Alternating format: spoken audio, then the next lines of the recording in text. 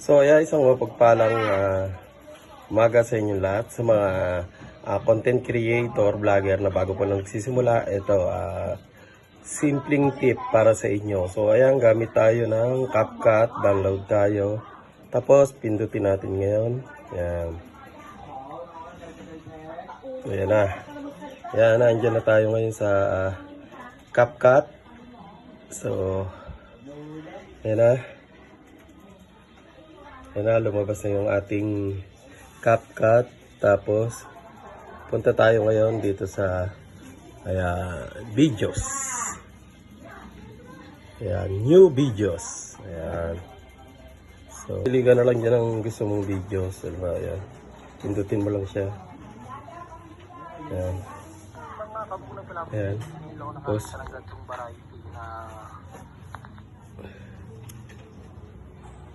so, ayan na. Nandiyan na siya. Ayan. Siyempre, ito yung pipindutin mo. Itong music. Ayan.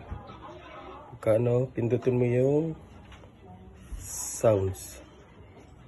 So, pag yan. Pipili ka ngayon dito. Ayan, meron diyang vlog. Ayan o, New Year, marketing, hip-hop. Ayan. Ayan. Mamimili ka dyan. Travel. So, ayan. Punta ka sa travel. Ayan. Pili ka lang dyan. Ayan. Ayan. Ayan. Yung logo na yan, pag nakita mo, yan ang mga walang copyrights. Ayan. Ayan. Ayan. Ayan mo na siya. Ayan na, oh. Play mo na.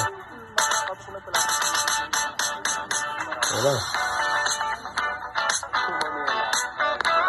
Export mo na siya. Ayan.